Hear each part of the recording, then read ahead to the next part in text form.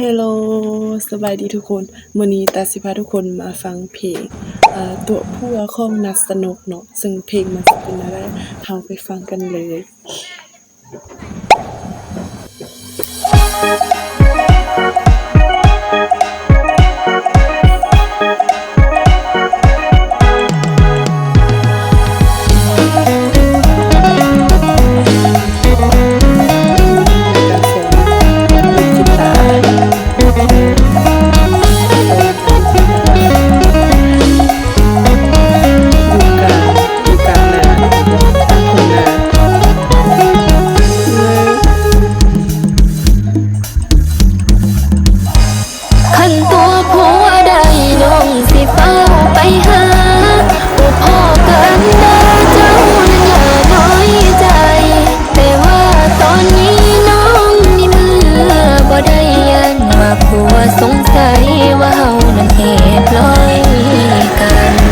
เป็นเพลงแบบ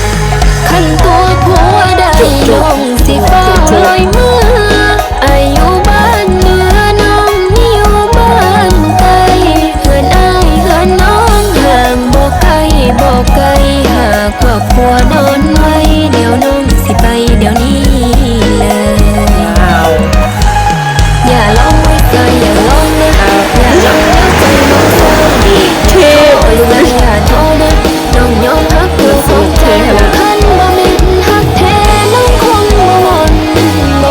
ย้อนแค่ทางอ้ายเบาจะอยากเสียวเจ้ามาเป็นคู่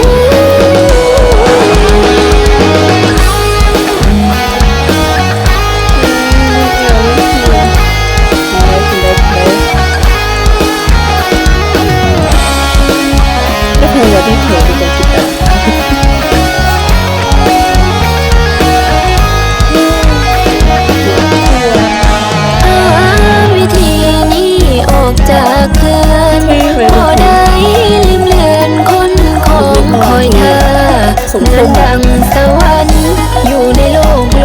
กาใจน้องสั่งมาแต่ผัวน้องสั่งหื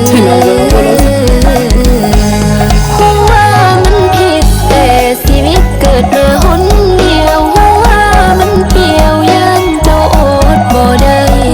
ปล่อยอายให้เศร้าอยู่ในห้องเหงาใจโปรดให้อภัยที่น้องมาสาเกิ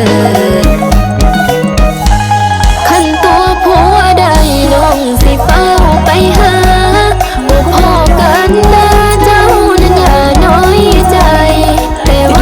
ตอนนี้น้องนี่เมื่อบ่ได้ยันมาผัวสงสัยว่าเฮานั้นแอบลอยกันขันตัวผัวได้น้องสิเฝ้าลอยเมื่ออายุบ้านเหนือน้องนี่อยู่บ้านไกล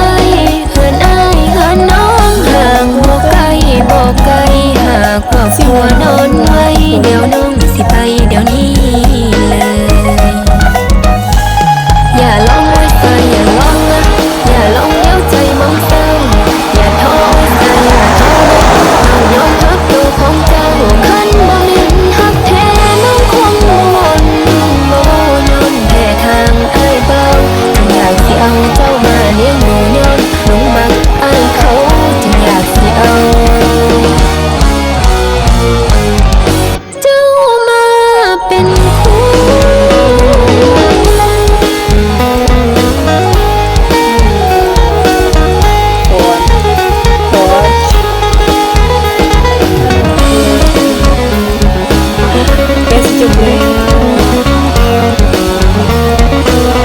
จบด้วยการฟ้อน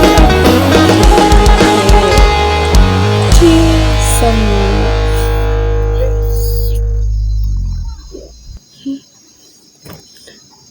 แล้วจบกันไปแล้วกับเพลงตัวผัวของนักสนุกนั่นเองแล้วทุกคนเนาะเพลงนี้เปิดตัวมาได้เดี๋ยวตาเบิ่งจังมือแล้วตั้งแต่วันที่17มิถุนายนเนาะมื้อนี้ก็พอดีได้อาทิตย์หนึ่งมันบ่17 18 19 31 52 3พอดีได้อาทิตย์หนึ่งมียอดวิวอยู่200,000ปลายทุกคน200,000น่าเลย มีคนกดมักอยู่ 5,000 ปลายก็คนเนาะแล้วก็มีคนเบิ่งหัน200,000 ปลายคือว่าเป็นเพลงที่ว่าดังเนาะเป็นเพลงที่ดีเนาะติดเทรนด์อันดับ2เนาะเพลงนี้เป็นเพลงนัดสนุกฮ้องเนาะ Official Music Video โอเคเนื้อเพลงก็จะประมาณว่าตัวผัวบ่ว่าตัวผัวไปหาผู้บ่าวน้อย ไม่มีทางเป็นภาษาไทยเด้เนาะเนื้อเพลงเนาะทุกคนสามารถเข้าไปเบิ่งได้เด้อม่วนเนาะสุดของเรามี2สุดด้วยกันเพลงนี้เนาะมีสุดหนึ่งเป็นสุดแบบวัยรุ่นแล้วก็อีกสุดหนึ่งเป็นสุดแบบสาวไฮสาวนาทรงผมนางก็คือว่าเลิศเท่ดอกคือสาวจีนแบบเท่ๆเลยเสียงของนางก็คือว่าม่วนคือเก่าเนาะนันสนุกเสียงเจ้ามวนหลายเป็นเพลงที่ว่าอันถัดจากเพลงอันไม่ยังตัวเมียเนาะของอันสมบัติแม่นบ่เพลงนี้น่าจะเป็นแบบเพลงอันจะว่าแนวใดเป็นเพลง